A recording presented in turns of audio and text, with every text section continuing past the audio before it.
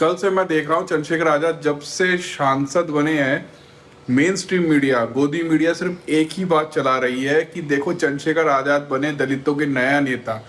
इन्होंने पुराने दलितों के नेता को तारे दिखा दिए, अब ये बन गए हैं नए दलितों के नेता। नहीं तारे तो आपने सर, तारे तो एक तरीके से आपने मायावती जी को भी दिखा दिए हैं। मेरे को बहुत गुस्सा आ रही है। मैं इस टॉपिक पे इससे पहले भी कई बार बात कर चुका हूँ और मैंने इस बारे में ये भी बोला है कि भाई ये गलत है। लेकिन कल रात को एक बीबीसी का इंटरव्यू आउट हुआ जिसमें चंद्रशेखर आजाद ने सेम टॉपिक को उठाया और उनको डांटा। आप जाति व्यवस्था के आधार पर मुझे दलित नेता कह रहे हैं तो मैं तब मानूंगा बीबीसी के लोगों को जब वो मोदी जी को उनकी जाति का नेता कहें, अमित शाह जी को, राहुल गांधी जी को, अखिलेश जी को उनकी जाति का नेता कहें। इस चरित्र को मीडिया को बदल लेना चाहिए।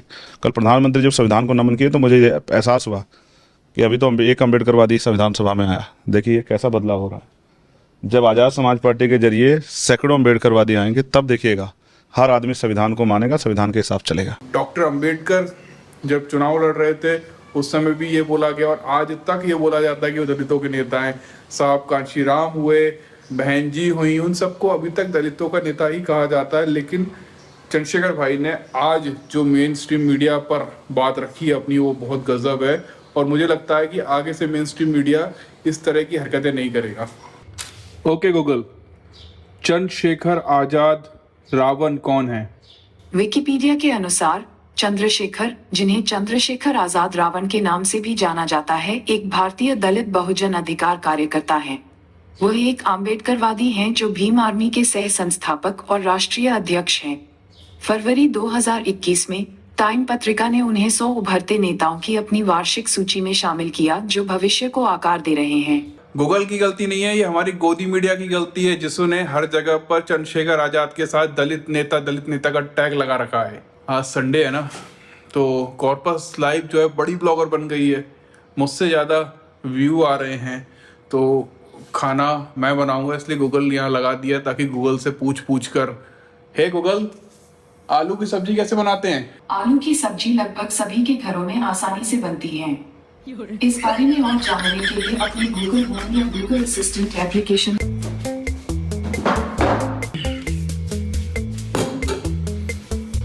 ये है मेरी फेवरेट शिमला मिर्ची, ये है मेरी फेवरेट आलू की सब्जी, ये है मेरी फेवरेट रोटी। मैंने ट्विटर पर भी ब्लॉगिंग करना स्टार्ट कर दिया है, मतलब मैं वहाँ पर वीडियोस नहीं डालता हूँ लेकिन मैं यहाँ पर जो भी बात करता हूँ उसको ट्विटर पर भी पोस्ट करता हूँ। ये है मेरी ट्विटर आईडी अंजुल बमरोलिया, जिस पर ये ब्लू टिक लगा हुआ है, ध्यान रखिएगा और किसी को फॉलो मत कर लेना। और मैं यहाँ बहुत सारी चीज़ों को अपडेट करता हूँ जिसकी जानकारी आपको होनी ही चाहिए। ये है हनी, ये रील बनाता है और यहाँ पर सारी खबरें, हर चीज़ में अपडेट करता हूँ।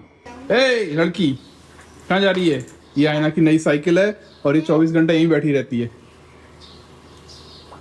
आ गया, उतरना, चलाना, चढ़ना सब आ गया मुझे। चल रात में चला के दिखाना मेरे को। हाँ बिल्कुल, देखना कोई नहीं होगा, मम्मी तकड़ी होंगी पीछे, बस मेरे पीछे अंशु होगा। कल से मीडिया है ना दो काम कर रही है।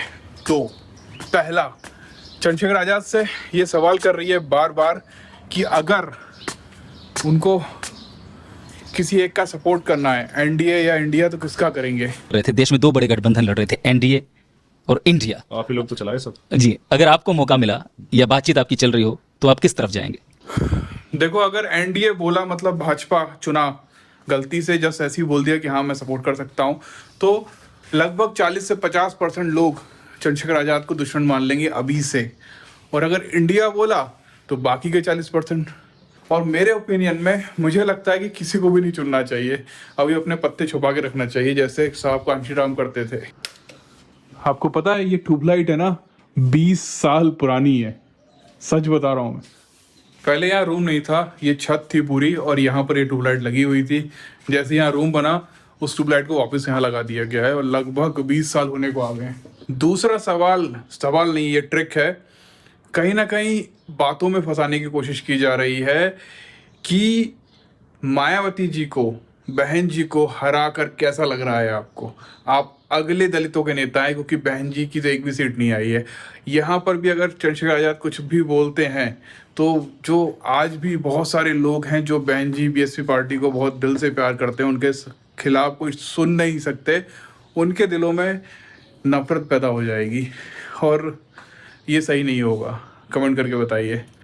नागपुर में मुझे एक बहुजन ब्लॉगर मिला, MG ब्लॉग्स, और उसने मुझसे पूछा कि वो चंद्रशेखर आज़ाद से मिलना चाहता है और मैंने मजाक में बोला मैं एक काम करने वाला हूँ। बोलता है क्या, कि मैं तथागत लाइव की जगह रावण लाइव कर देता हूँ। तो वो बहुत तेज हंसा और मुझे भी हंसी आई, क्योंकि मुझसे ज़्यादातर जो है चंद्रशेखर भाई के बारे में पूछा जाता है। मैं खुद जो है बहुत रेयरली मिलता हूँ उनसे, लेकिन मैं एक चीज़ आपको बताना चाहता हूँ कि मैं ही एक ऐसा व्यक्ति हूँ जो सोशल मीडिया पे उनके खिलाफ जो भी नेगेटिव सवाल होते हैं वो मैंने ही पूछे। अब आप सोचिए कि मैं हमेशा ये बोलता हूँ चंद्रशेखर आज़ाद जो है वो मेरे भाई हैं, और जब किसी भाई के खिलाफ कोई कुछ बोलेगा आप भी उसे कंफर्म करोगे ना। बहुजन आपस में लड़ रहे हैं, इसका फायदा कोई तीसरा उठा रहा है। अगर ये आपस में मिल जाए तो बवाल हो जाएगा। और मिलेंगे कैसे जब आप दरवाजा बंद करके बैठ गए, तो कैसे मिलेंगे? वो बोलते हैं कि आपने कभी मेंबरशिप ही नहीं ली BSP की। भक्त उधर भी हैं, भक्त इधर भी हैं, दिमाग नहीं लगाएंगे। बहुजन जितने भी लोग हैं उनको कभी मीडिया दिखाती नहीं है, लेकिन भीम आर्मी को इतना ज्यादा मीडिया क्यों दिखाती है? मैं भाई बस अभी आखिरी में यही बोलना चाहता हूँ कि मैं आप दोनों को साथ में देखना चाहता हूँ, और जिससे हमें लड़ना है एक्चुअल में मैं उनसे लड़ता, मैं तो उन्हीं से लड़ रहा हूँ। मेरी सूरज भाई से बात चल रही थी, सूरज जेंगड़े हार्वर्ड वाले।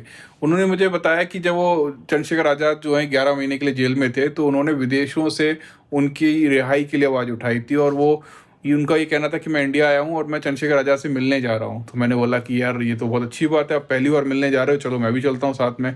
और वो पूरा रिकॉर्ड, वो पूरा मज्जर, वो पूरी जो दास्तां थी वो मैंने रिकॉर्ड की, और मुझे बहुत अच्छा लगा कि ये जो वीडियो ये हिस्टोरिकल होगा। एक दिन देखना, एक चीज़ नोटिस करना, जो भी व्यक्ति दूसरे के बारे में बुरा बोलता है, नेगेटिव बोलता है, वो हमेशा सामने वाले को आगे बढ़ने नहीं देना चाहता, इसलिए उसके बारे में नेगेटिव बोल रहा होता है, और ताकि जो उसके सपोर्टर हैं वो उस नेगेटिव बोलने वाले व्यक्ति के पास आ जाएं और उससे जुड़ जाएं।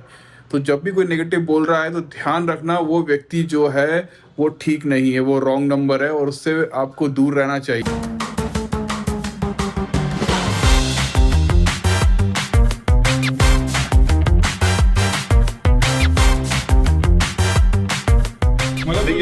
हर चीज पॉलिटिक्स नहीं होती है, और अगर मिले हैं तो कुछ खास होने वाला है। ओहो 8 बज गए। आज पता है 2 खास चीज़ होने वाली है। एक तो मोदी जी का शपथ ग्रहण चल रहा है इस वक्त, और 8 बजे से इंडिया पाकिस्तान का मैच है, वो मुझे देखना है।